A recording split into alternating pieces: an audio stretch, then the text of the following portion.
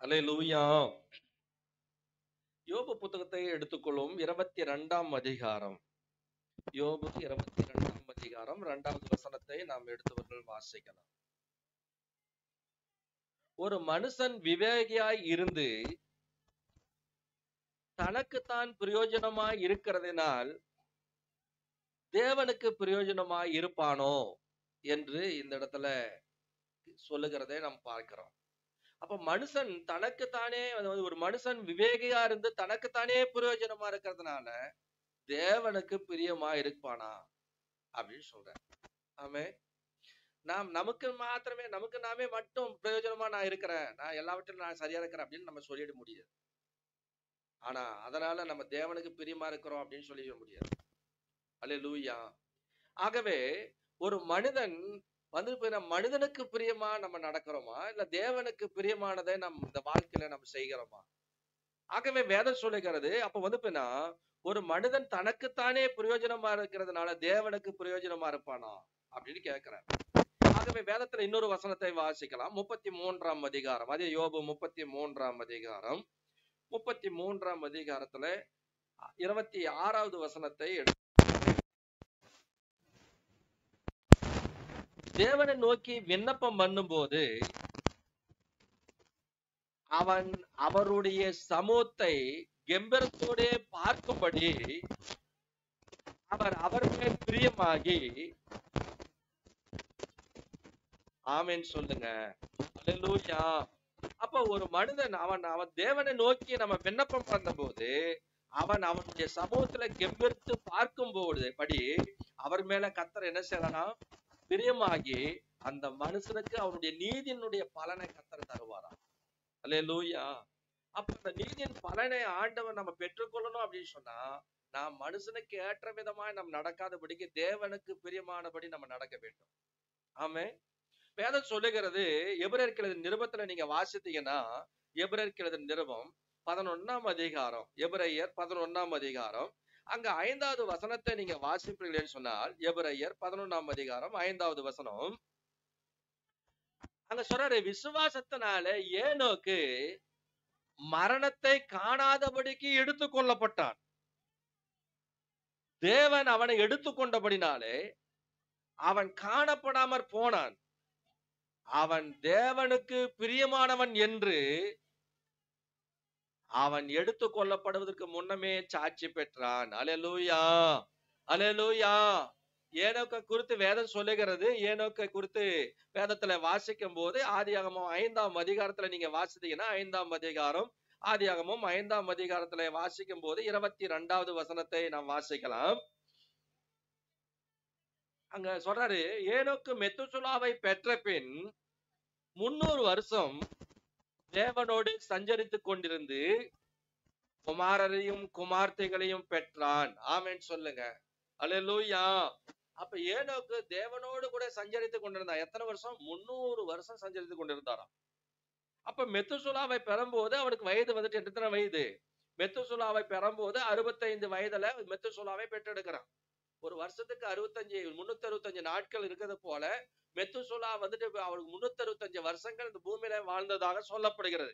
65 வயதுல மெத்துசுலாவை பெற்றெடுத்து ஏனோக்கு மெத்துசுலாவை பெற்ற பின்பு 300 வருஷம் தேவனோட சஞ்சரித்துக் கொண்டிருந்தான் என்று சொல்லப்படுகிறது. ஆமென் சொல்லுங்க. சஞ்சரிக்கிறது என்பது தேவனோடு நடக்கிற ஒரு வாழ்க்கை. ஆமென் சொல்லுங்க. அங்க சொல்றாரு, ஏனோக்கு தேவனோட சஞ்சரித்துக் கொண்டிருக்கையில் காணப்படாமற் போனான். அல்லேலூயா. அப்ப பாருங்க, தேவனோடு அவன் நடந்து கொண்டிருக்கும் போதே, சஞ்சரித்துக் கொண்டிருக்கும் போதே அவன் காணப்படாம போயிட்டான். தேவன் அவனை எடுத்துக்கொண்டான். ஆமென் சொல்லுங்க. மரணத்தையே இந்த பூமியில காணாத 2 பேர் எடுத்துக் கொள்ளப்பட்டாங்க. ஒன்று ஏனோக்கு, 2வது எலியா. இவங்க 2 பேருமே எலியாவை சுழல் காற்றினால பரலோகத்துக்கு கர்த்தர் எடுத்துக்கொண்டு போனார்.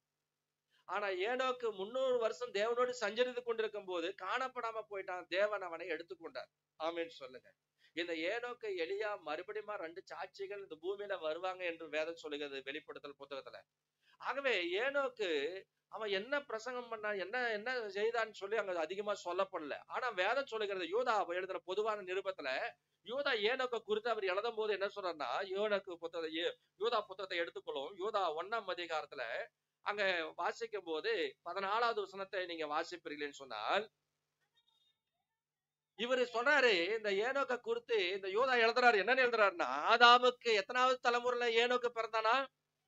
7ஆம் தலைமுறை. ஆதாமுக்கு 7ஆம் தலைமுறையான ஏனோக்கும் இவர்களை குறித்து இதோ எல்லாருக்கும் நியாய தீர்ப்பு கொடுக்கிறதுக்கும் அவர்களிலே அவபக்தி உள்ளவர்கள் யாவரும் அவபக்தியாய் செய்து வந்த சகல அவபக்தியான கிரிகளின் நிமித்தமும் தமக்கு விரோதமாய் அவபக்திகள் உள்ள பாவிகள் பேசின கடின வார்த்தைகள் எல்லாவற்றின் நிமித்தமும் அவர்களுக்கு கண்டிக்கிறதுக்கு ஆயிரமான தமது பரிசுத்தவான்களோடு கூட கர்த்தர் வருகிறார் என்று முன்னறிவித்தான். ஒரு தீர்க்கதரிசியாய் தீர்க்க தரிசனம் அறிவிச்சிருக்கார் இந்த ஏனோக்கு. ஆமென் சொல்லுங்க. அல்லேலூயா. ஆகவே ஆதாமுக்கு 7ஆம் தலைமுறையான ஏனோக்கு என்று சொல்லப்படுது. இந்த ஏனோக்கு 7ஆம் தலைமுறையாய் அவன் பிறந்தாலும் கூட அந்த ஏனோக்கு தேவனோடு கூட 300 வருஷம் சஞ்சரித்து கொண்டிருக்கும் போது காணப்படாம போனான். தேவன் அவனை எடுத்துக்கொண்டார். ஆமென் சொல்லுங்க. அல்லேலூயா. இந்த எபிரேயர்ல வாசிக்கிறோம், அந்த விசுவாசத்தினாலே ஏனோக்கு மரணத்தை காணப்படாதபடிக்கு தேவன் அவனை என்ன செய்தாராம்? எடுத்துக்கொண்டார். அவன் காணப்படாம போனான். எடுத்துக்கொண்டபடினால் அவன் காணப்படாம போனான். அவன் தேவனுக்கு பிரியமானவன் என்று அவன் எடுத்துக்கொள்ளப்படுவதற்கு முன்னமே சாட்சி பெற்றான். ஆமென் சொல்லுங்க. இந்த பூமியில வந்துட்டு போயினா மரணத்தையே காணாதபடிக்கு எடுத்துக்கொள்ளப்படுவதற்கு இந்த ஏனோக்கும் எலியாவும் நமக்கு ஒரு முன்மாதிரியான ஆவிக்குரிய ஜீவியத்துல நாம் வளர்கிற ஆவிக்குரிய கிறிஸ்தவங்களுக்கு அப்படிதான் ஆண்டவராகிய இயேசு கிறிஸ்து அவர் 2ஆம் வருகையில வரும்போது ஒரு நிமிஷத்துல ஒரு இமைப்பொழுதுல நம்ம எல்லாரும் மறுரூபப்படுத்தி அவருடைய மகிமையில எடுத்துக்கொள்ளப்படுவார். ஆமென் சொல்லுங்க. அல்லேலூயா. அல்லேலூயா. அப்ப பாருங்க, ஏனோக்கு மரணத்தை காணாதபடிக்கு அவன் எடுத்துக்கொள்ளப்படுவதற்கு முன்னாடியே அவன் தேவனுக்கு பிரியமானவன் என்று சாட்சி பெற்றான். ஆமென் சொல்லுங்க. இந்த பூமியில எவ்வளவு நாட்கள் நம்ம வாழ்றன்றது முக்கியம் இல்ல, எத்தனை நாள் நம்ம தேவனோடு இருந்தோம் அப்படின்றத ரொம்ப முக்கியம். ஆமென் சொல்லுங்க. இன்றைக்கு நாம் தேவனோடு கூட இன்னைக்கு அவரை நம்ம முகமுகமா இப்போ வந்தா சந்திக்க முடியுமா? இதுதான் ஒரு கேள்வி. ஆமென் சொல்லுங்க. அல்லேலூயா. ஆகவே நம்ம வந்துட்டு போயினா அப்ப விசுவாசத்தினால ஏனோக்கு மரணத்தை காணாதபடிக்கு எடுத்துக்கொள்ளப்படுவதற்கு முன்னாடியே சாட்சி பெற்றான் தேவனுக்கு பிரியமானவன் என்று. ஆமே. இந்த பூமியில வாழ்கிற நமக்கு இந்த பூமியில ஒரு சாட்சி மிக முக்கியம். தேவனுக்கு பிரியமானவன் என்று சொல்லி ஒரு சாட்சி வேண்டும். ஆமென் சொல்லுங்க. பிரியமானவனே உன் ஆத்துமா வாழ்வது போல் நீ எல்லாவற்றிலும் வாழ்ந்து சுகமாயிரு மகனே. பிரியமானவளே உன் ஆத்துமா வாழ்வது போல் நீ எல்லாவற்றிலும் வாழ்ந்து சுகமாயிரு மகளே. ஓட்ட பந்தயம் நீ ஓடுகிறாய், படி ஓடு மகனே. ஓட்ட பந்தயம் நீ ஓடுகிறாய், படி ஓடு மகளே. நெருங்கி வரும் பாவங்களே, நெருங்கி வரும் பாவங்களே, உதறி தள்ளிவிட்டு ஓடு மகளே, உதறி தள்ளிவிட்டு ஓடு மகளே. பிரியமானவளே உன் ஆத்துமா வாழ்வது போல் எல்லாவற்றிலும் வாழ்ந்து சுகமாயிரு மகளே. வாழ்வது போல் எல்லாவற்றிலும் வாழ்ந்து சுகமாயிரு மகளே. வாழ்க்கை என்பது போராட்டமே, நல்லதொரு போராட்டமே. வாழ்க்கை என்பது போராட்டமே, நல்லதொரு போராட்டமே.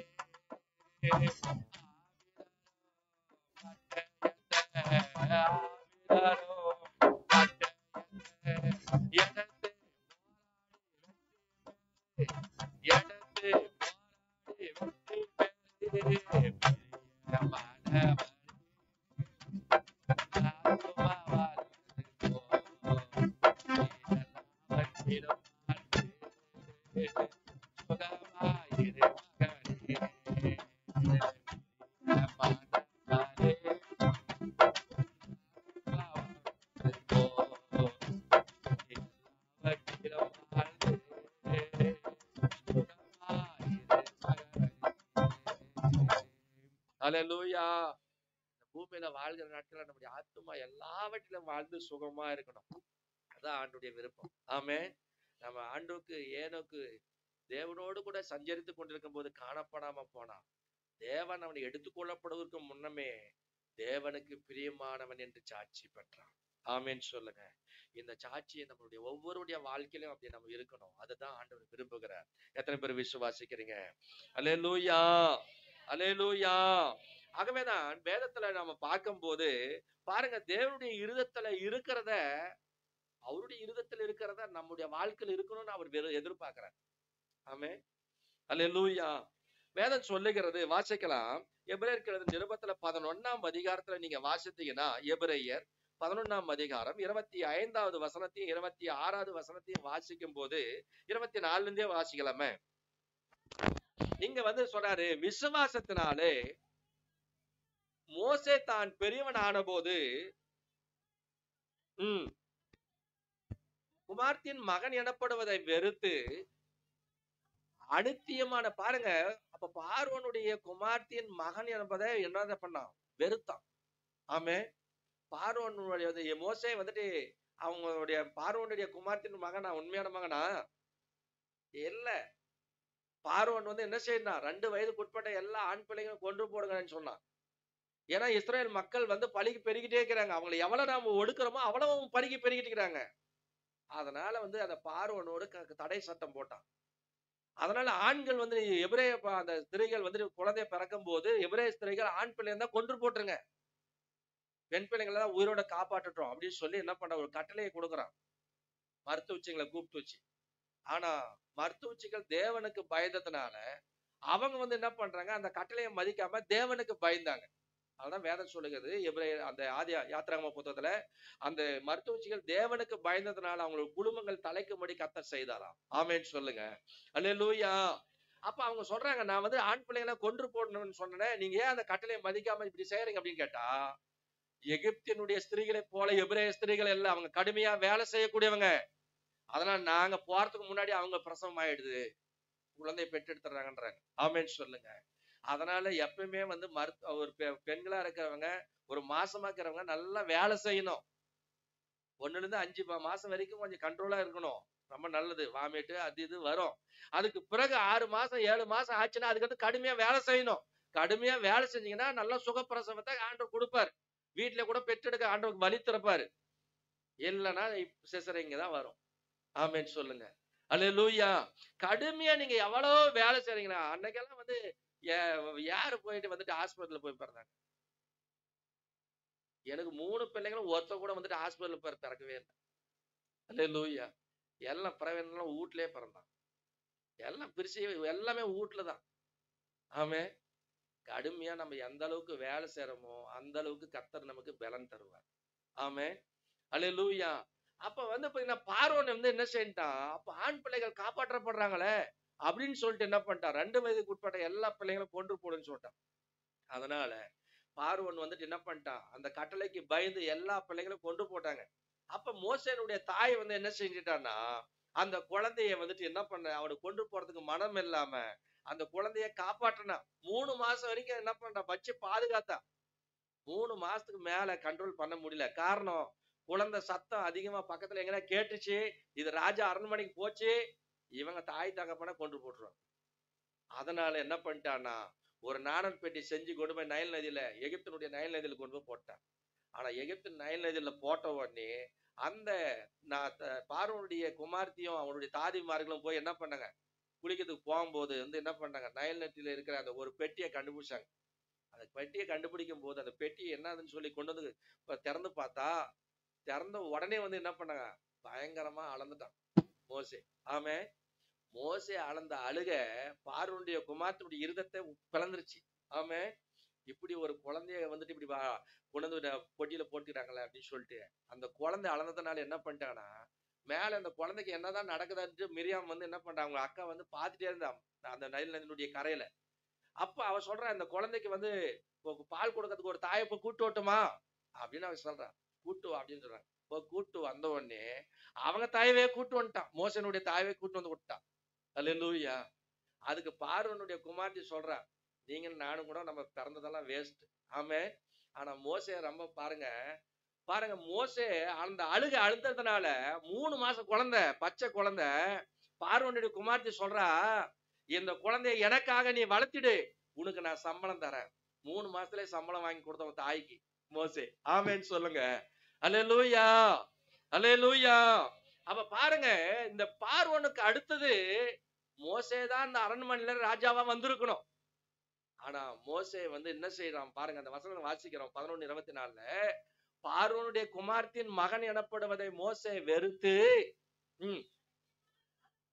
அனித்தியமான இந்த அனித்தியன அழிந்து போகிற இந்த உலகத்துல அனித்தியமான பாவ சந்தோஷங்களை அனுபவிப்பதை பார்க்கிலும் தேவனுடைய ஜனங்களோடு கூட துன்பத்தை அனுபவிப்பதை தெரிந்து கொண்டு இனி வரும் பலன் மேல் நோக்கமா இருந்து எகிப்தில் உள்ள பொக்கிஷங்களிலும் கிறிஸ்துவின் நிமித்தம் வருகிறதான நிந்தைய அதிக பாக்கியம் என்று எண்ணினேன் என்று சொல்லுகிறார். ஆமென் சொல்லுங்க.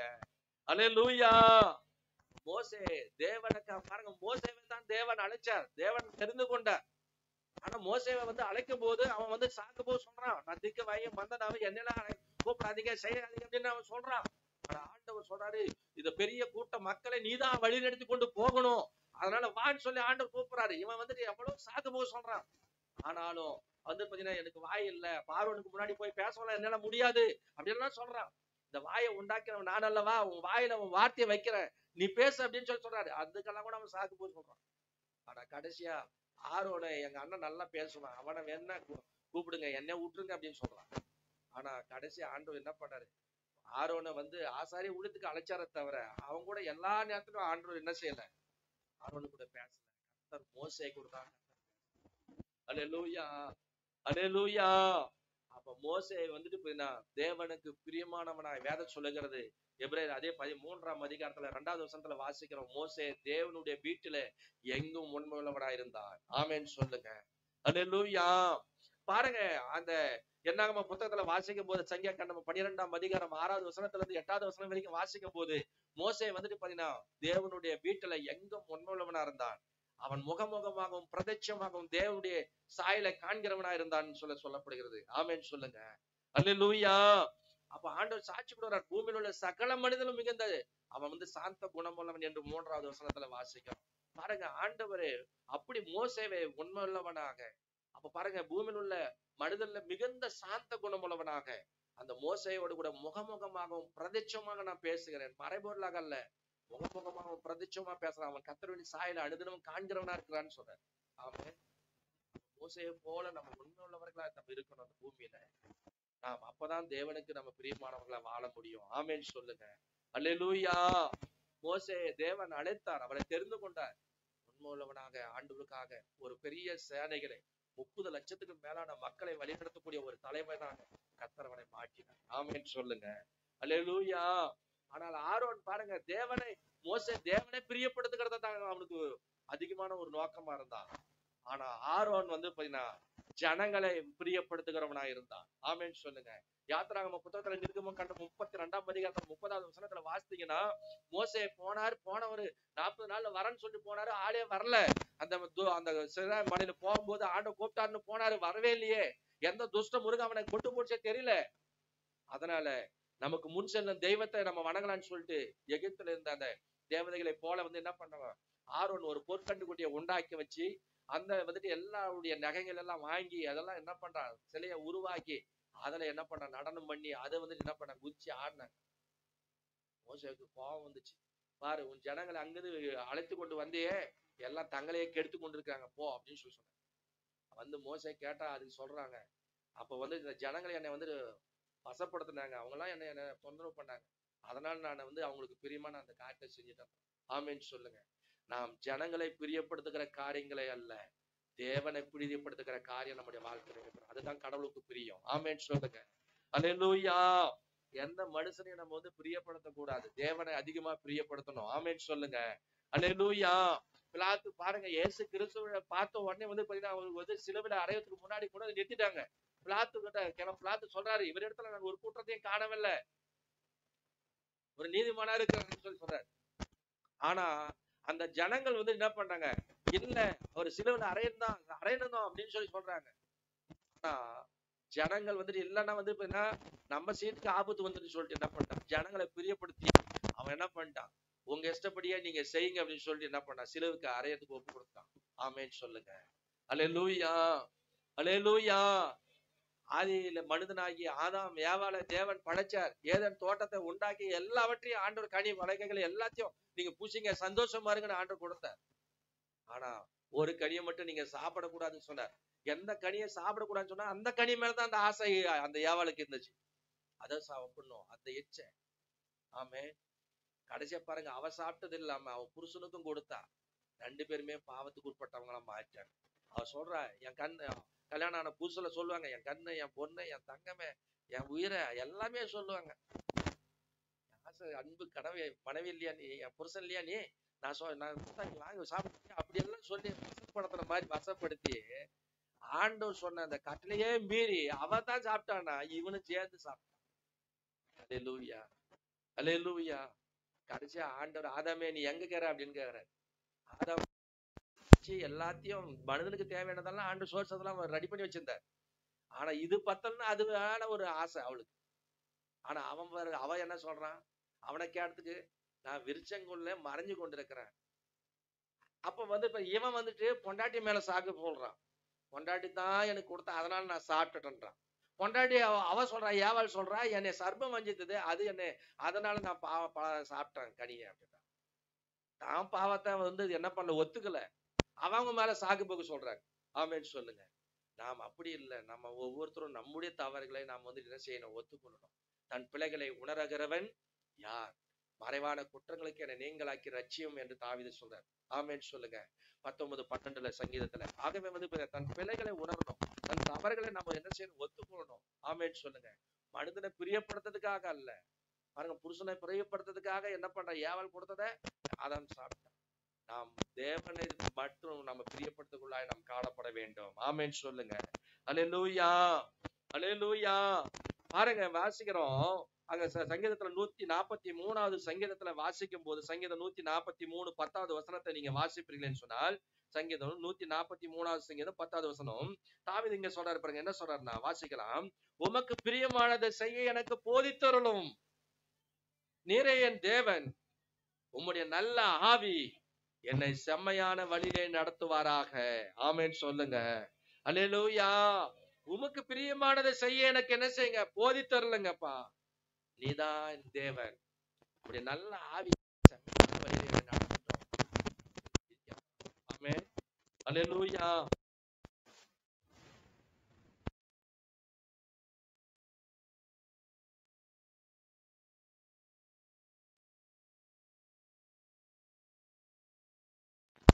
சங்கீதம் 37வது சங்கீதத்துல நீங்க சங்கீதம் 37வது சங்கீதம் 23வது வசனத்தை நீங்க வாசிக்கும் போது, 37வது சங்கீதம் 23வது வசனம்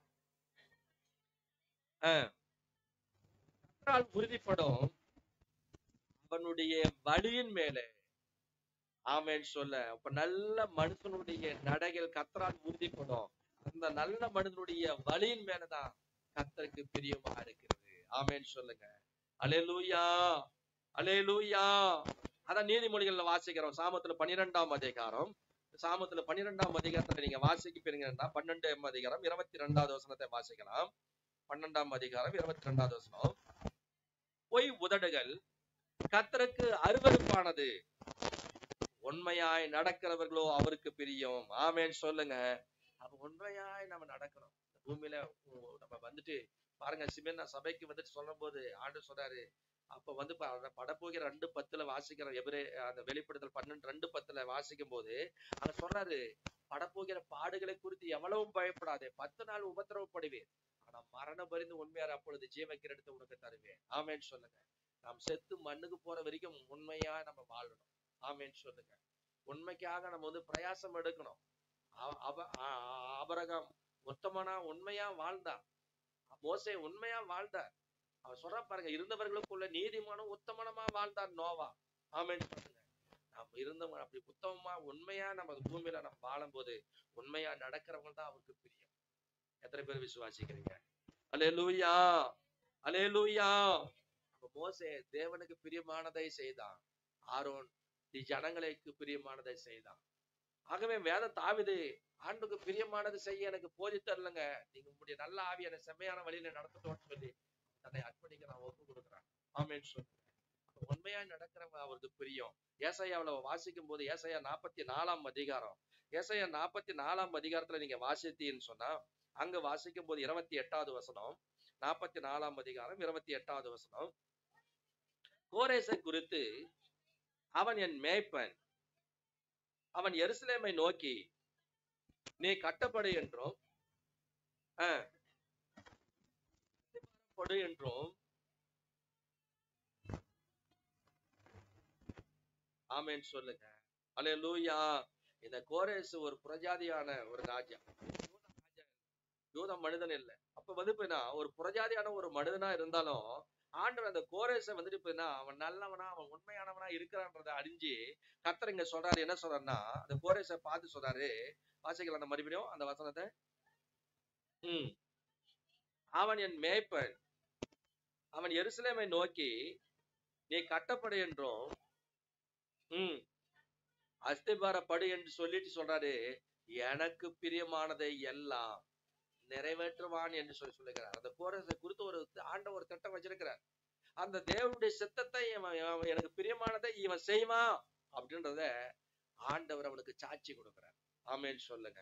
நாம் அவருக்கு பிரியமானதை நாம் நிறைவேற்ற வேண்டும் அந்த பூமியில நாம் வாழ்கிற நாட்கள். ஆமென். எத்தனை பேர் சொல்ல முடியும்? அல்லேலூயா, அல்லேலூயா.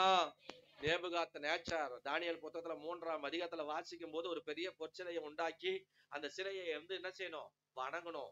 அப்படி சட்டம், ராஜாவையும் அந்த சிலையை வணங்கணும், வேற எங்கேயும் யாரையும் வணங்கக்கூடாதுன்னு ஒரு சட்டம் அவன் போட்டு வச்சிருந்தான்.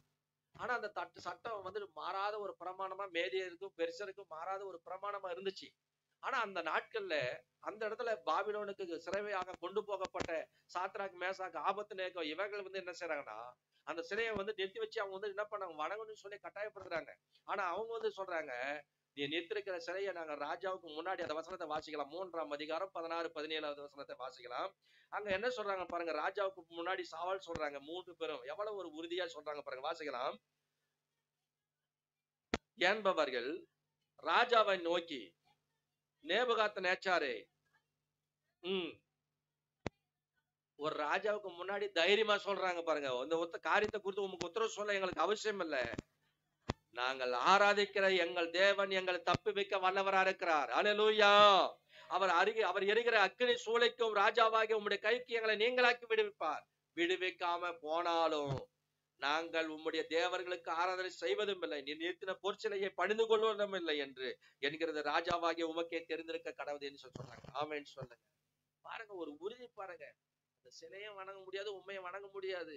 ஆகவே நாங்கள் ஆராதிக்கிற எங்கள் தேவனை தவிர வேற யாரையும் நாங்க வணங்க முடியாது.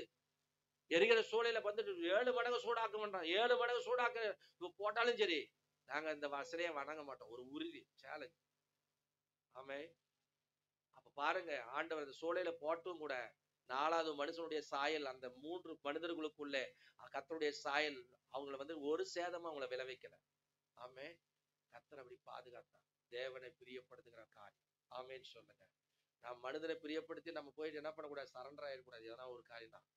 நம் தேவனுக்காக கடைசி மூச்சு இருக்க வரைக்கும் நாம் தேவனுக்கு பிரியமானவர்கள் என்று நாம் சாட்சி கொடுக்க வேண்டும். ஆமேன்னு சொல்லுங்க. தானியேல் அப்ப கோரேஸ் ராஜா ஆண்டவருக்கு பிரியமானதை செய்வான் என்று ஆண்டவர் சாட்சி கொடுத்தார். அப்ப பாருங்க, அந்த சாத்ராக், மேசாக், ஆபத்நேகோ 3 பேரும் ஜீவனுள்ள சாட்சியா விளங்கினாங்க, தேவனை பிரியப்படுத்தி மகிமைப்படுத்துறாங்க. எபேசியருக்கு எழுதின நிருபத்துல 6ஆம் அதிகாரத்துல நீங்க வாசித்தீங்கன்னா, எபேசியருக்கு எழுதின நிருபம் 6ஆம் அதிகாரம் 6வது வசனத்தை நீங்க வாசிக்கும் போது, எபேசியர் 6ஆம் அதிகாரம் 6வது வசனம், அப்ப சொல்றாரு, மனுஷனுக்கு பிரியமானவர்களா இருக்க விரும்புகிறவர்களாக பார்வைக்கு ஊழியம் செய்யாமல் கிறிஸ்துவின் ஊழியக்காரராக மனப்பூர்வமாய் தேவனுடைய சித்தத்தின்படி செய்யுங்கள் என்று சொல்லுகிறார். ஆமென் சொல்லுங்க. நம்ம மனுஷனுக்கு பிரியமா நம்ம எந்த காரியத்தை செய்யக்கூடாது, தேவனுக்கு பிரியமானதை தான் நம்ம செய்யணும்னு சொல்லுகிறார். ஆமென் சொல்லுங்க. அப்ப மனப்பூர்வமாய் தேவனுடைய சித்தத்தின்படி மனப்பூர்வமாய் சந்தோஷமா நம்ம செய்யணும்னு சொல்லுகிறார். ஆமென். அல்லேலூயா. அதே கலாத்தியர் நிருபத்துல அதுக்கு முந்தின புத்தகம் கலாத்தியர் 1ஆம் அதிகாரத்துல நீங்க வாசித்தீங்கன்னா, அங்க பவுல் அங்க சொல்லும் போது என்ன சொல்றாருன்னா, வாசிக்கலாம். கலாத்தியர் 1ஆம் அதிகாரம் 10வது வசனத்துல, இப்பொழுதும் நான் மனுஷனையா தேவனையா? யாரை நாடி நான் போதிக்கிறேன்? மனுஷரையா பிரியப்படுத்த பார்க்கிறேன்? நான் இன்னும் மனுஷரை பிரியப்படுத்துகிறவனாய் இருந்தால் ஆமென் சொல்லுங்க. அப்ப பவுல் சொல்றார், நான் மனுஷனை பிரியப்படுத்துவனா இருந்தனா தேவனுடைய ஊழியக்காரன் அல்ல. நான் மனுஷனையா தேவனையா யாரை நாடி நான் போதிக்கிறேன் சொல்றேன். ஆமென் சொல்லுங்க. நம்ம மனிதனை பிரியப்படுத்துகிற காரியம் நம்முடைய வாழ்க்கையில இருக்கக்கூடாது. தேவனை பிரியப்படுத்த எந்த சமயம் வந்தாலும் சரி, எந்த சூழ்நிலை இருந்தாலும் சரி, தேவனை நம்ம பிரியப்படுத்துகிற காரியம் நம்முடைய வாழ்க்கையில இருக்கணும். ஆமென் சொல்லுங்க. 2 தெசலோனிக்கர் 2ஆம் அதிகாரம் 11வது வசனத்தை நீங்க வாசிப்பீங்கன்னு சொன்னால், 2 தெசலோனிக்கர் 2ஆம் அதிகாரம் 11வது வசனத்தை நீங்க வாசிக்கும் போது வாசிக்கலாம். 2 தெசலோனிக்கர் 2ஆம் அதிகாரம். சத்தியத்தை விசுவாசியாமல் அநீதியிலே பிரியப்படுகிற யாவரும்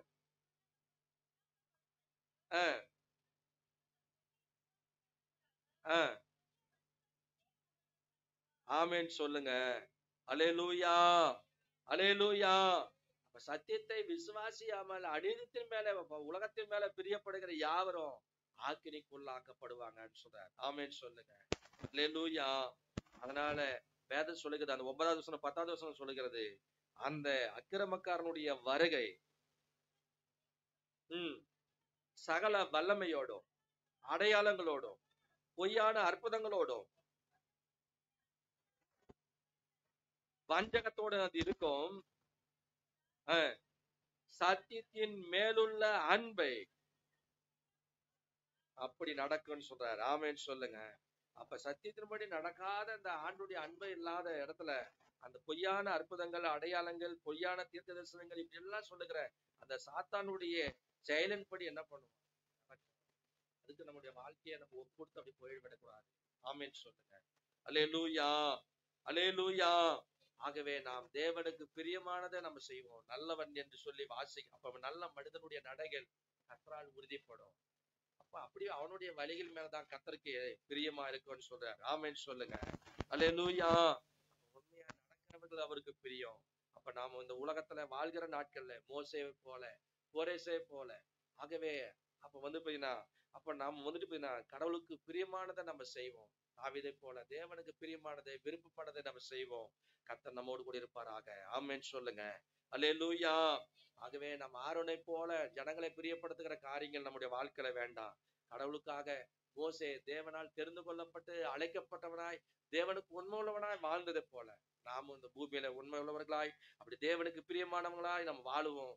தேவனுடைய சமாதானம் நம்முடைய சமுதாயத்திலும் சரி, நம்முடைய வீட்டிலும் சரி, நம்முடைய சொந்த பந்தங்களிலும் சரி, நம்முடைய சபையிலும் சரி, அப்படிப்பட்ட ஒரு சாட்சியாய் உண்மையாய் அப்படி தேவனுக்கு பிரியமானதை நம்முடைய வாழ்க்கையை அப்படி அர்ப்பணிக்க நம்ம ஒப்பு கொடுப்போம். கர்த்தர் நம்மோடு கூட இருந்து நம்மை ஆசீர்வதிப்பாராக. ஆமென் சொல்லுங்க. வாழ பிரயாசப்படுங்க, ஒப்பு கொடுங்க. கர்த்தர் உங்களோடு இருப்பாராக. ஆமென். பரலோக பிதாவே, ஆசீர்வதிக்கப்பட்ட இந்த நல்ல நாளுக்காக நன்றி சொல்லுகிறோம். இத காலையிலே இந்த மனமகிழ்ச்சியான ஓய்வு நாளுக்காய் துதிக்கிறோம். சத்தியத்தை கேட்டபடி பிள்ளைகள் அன்றைய மனுஷனை பிரியப்படுத்துகிற காரியங்கள் இல்லாதபடிக்கு தேவனை எல்லா சூழ்நிலைகளிலும் உண்மை பிரியப்படுத்தி உமக்கு பிரியமானதை செய்ய ஆண்டவரே என்னை போதித்தரலும். உம்முடைய நல்ல ஆவி என்னை செம்மையான வழியிலே நடத்தும் என்ற தாவீதினுடைய கூற்றை போல அப்படி ஆண்டவரே ஒவ்வொரு நாளும் ஆண்டவரே உமக்கு பிரியமாய் வாழ்ந்து ஏனோக்கு தேவனோடு கூட சஞ்சரித்துக் கொண்டிருக்கும் போதே விசுவாசத்தினாலே ஆண்டவரே மரணத்தை காணப்படாதபடிக்கு அவன் எடுத்துக் கொள்ளப்படுவதற்கு முன்னமே தேவனுக்கு பிரியமானவன் என்று சாட்சி பெற்றான் என்று சொல்லி நாங்கள் வாசிக்கிறோம். அப்படி இந்த பூமியில வாழ்கிற நாட்கள்ல ஒருவேளை அப்படி வருகை தாமதிக்குமானால் இந்த பூமியில அன்றைய தேவனுக்கு பிரியமானவனாய் வாழ்ந்தான் என்று சொல்லி அன்றைய அப்படிப்பட்ட சாட்சியை ஒவ்வொரு பிள்ளைகளுக்கும் நீர் உண்டாக்கி தரும்படி நாங்கள் ஜெபிக்கிறோம். ஒரு நாளும் மனிதனை பிரியப்படுத்துகிற காரியங்கள்ல சிக்கிக் கொள்ளாதபடிக்கு சாத்தானுடைய அன்றைய துதிக்கிறோம் அந்த வஞ்சகத்தை ஆவிக்கு உட்பட்டு அன்றைய துதிக்கிற செவி சாய்த்து போய்விடாதபடிக்கு ஆதாம் ஏவாளை போல அன்றைய துதிக்கிறோம் பாவத்துக்கு உட்பட்டு உமக்கு ஆண்டவரை துதிக்கிறோம். எப்பொழுதும் அவங்களோடு கூட நீங்க சம்பாஷணை பண்ணி கொண்டிருந்தீங்க, அவங்களோடு கூட உலாவி கொண்டிருந்தீங்க. ஆனால் எப்பொழுது அவங்களுடைய வார்த்தைக்கு கீழ்ப்படியாம போனாங்களோ அவங்க உண்மை விட்டு தூரமாய் போனதை நாங்கள் பார்க்கிறோம். அந்த தோட்டத்தை விட்டே நீங்க அவங்களை வெளியே துரத்தப்பட்டதை போல நாங்கள் இந்த பூமியில நிலையற்ற அலைகிறவர்களாய் நாங்கள் காணப்படாதபடிக்கு எப்பொழுதும் உண்மையை நாங்கள் தரிசிக்கிறவர்களாய் எப்பொழுதும் உமக்கு பிரியமானதை நாங்கள் செய்து உம்முடைய சித்தத்தை நாங்கள் விருப்பத்தை நிறைவேற்றவர்களாய் காணப்பட நீர் ஒவ்வொருவருக்கும் அப்படிப்பட்ட அந்த நல்ல அந்த கிருபையை நீர் ஒவ்வொருவருக்கும் நீங்க தரும்படியா நாங்கள் ஜெபிக்கிறோம். தடைகளை இயேசுவின் நாமத்தினால முற்றிலுமாய் மாற்றி போடுவீராக. அப்படி இறக்கமுள்ள கரத்தை நீங்க வெளிப்படுத்தும்படி நாங்க ஜெபிக்கிறோம். அந்த ஒவ்வொரு பிள்ளைகளையும் தனித்தனியாய் பேர் பேராய் கரந்தொட்டு ஆசீர்வதிப்பீராக. வர தடைப்பட்டவர்களை வருகிற நாட்களை கூட்டி சேர்ப்பீராக. தொடர்ந்து இந்த வாரத்தில் இருக்கிறதான ஆண்டவரே ஊழியங்களை கர்த்தர் பொறுப்பெடுத்துக் கொள்ளும். இந்த கேரள ஊழியங்கள் எல்லாம் கர்த்தர் தாமே நீங்க பொறுப்பெடுத்து ஆசீர்வதிக்கும்படி நாங்க ஜெபிக்கிறோம். அப்படி சித்தம் ஆண்டவருடைய விருப்பத்தை நிறைவேற்றுவதற்கு போதுமான கிருபையும் ஞானத்தையும் வல்லமையும் பலனையும் இப்படி சத்துவத்தையும் நீர் எங்கள் ஒவ்வொருவருக்கும் நீங்க தந்து நீர் வழி நடத்தும்படியா நாங்கள் ஜெபிக்கிறோம். ஆண்டவரை துதிக்கிறோம். தொடர்ந்து சபை காரியங்கள் எல்லாவற்றையும் கூட நீர் பொறுப்பெடுத்துக் கொள்ளும்படி நாங்கள் ஜெபிக்கிறோம். இப்படி மாறாத பிரசனமும் இப்படி வழி நடத்தலும் இப்படி பாதுகாவலும் அந்த ஒவ்வொரு பிள்ளைகளை விட்டு விலகாதபடிக்கு, ஒவ்வொரு குடும்பத்தை விட்டு விலகாதபடிக்கு கர்த்தர் பாதுகாத்துக் கொடுங்க. ஆசீர்வதிங்க. வியாதியோடு பலவீனத்தோடு இருக்கிற ஒவ்வொரு பிள்ளைகளும் பலப்படுத்தி சுகப்படுத்தும்படி நாங்க ஜெபிக்கிறோம். இப்படி சித்தம் ஒவ்வொரு பிள்ளைகளுடைய வாழ்க்கையில நிறைவேறும்படியாய் வேண்டிக் கொள்றோம். பெரிய காரியங்களை செய்யுங்க. ஆண்டவரை துதிக்கிறோம். உண்மையானவர்கள் ஆண்டவரே உமக்கு பிரியமும் என்று சொல்லி நாங்கள் வாசிக்கிறோம். உண்மையாய் உமக்கு முன்பாக நடக்கிறவர்களாய் உம்முடைய ஆண்டவரே பிரியம் அவங்களை விட்டு விலகாதபடிக்கு கர்த்தர் காத்துக் கொள்ளும்படி நாங்கள் ஜெபிக்கிறோம். நீர் ஆண்டவரை துதிக்கிறோம். அந்த மறுரூப மலையில அந்த ஆண்டவரே மோசேவும் ஆண்டவரே கர்த்தாவே எலியாவும் காட்சி அளிக்கும் போது பேதுருவும் மற்ற ஆண்டவரே யோவானும் பேதுருவையும் யாக்கோபையும் கொண்டு போய் அழைக்கும் போது அந்த ஆண்டவரே வானத்திலிருந்து ஒரு சத்தம் உண்டாகி இவர் என்னுடைய நேசகுமாரன், இவரிலே நான் பிரியமா இருக்கிறேன் என்று உரைத்ததே போல அப்படி எங்களையும் உம்முடைய குமாரன் ஆண்டவரே உம்முடைய குமாரனாக குமார்த்தியாக ஆண்டவரே ஒவ்வொருவரை குறித்து அந்த ஜீவனுள்ள சாட்சி விளங்கத்தக்க விதங்கள்ல ஒவ்வொருக்கும் நீர் அப்படி அருள் புரியும்படி நாங்கள் ஜெபிக்கிறோம். தொடர்ந்து கிருபை செய்ய நாமத்தை மையப்படுத்தும். பெரிய காரியங்களை செய்யுங்க. இயேசு ரத்தத்தால் ஜெபம் இயேசுவின் நாமத்தில் பிதாவே. என் ஆத்துமாவே கர்த்தரை ஸ்தோத்திரி. என் முழுமையுடைய பரிசுத்த நாமத்தை ஸ்தோத்திரி. என் ஆத்துமாவே கர்த்தரை ஸ்தோத்திரி. கர்த்தர் செய்த சகல உபகாரங்களையும் மறவாதே. நம்முடைய கர்த்தராக இருக்கிற இயேசு கிறிஸ்துவின் கிருபையும் பிதாவாகிய தேவனுடைய அன்பும் பரிசுத்த ஆவியானுடைய அந்நியமும் ஐக்கிய வழி நடத்தலும் என்றும் என்றும் சதாக்காலம் நம் அனைவரோடு கூட கர்த்தருடைய வருகை மட்டும் நம்ம நிலைத்திருப்பதாக. ஆமென். அல்லேலூயா, அல்லேலூயா, அல்லேலூயா. கர்த்தர் உங்களை ஆசீர்வதிப்பார்.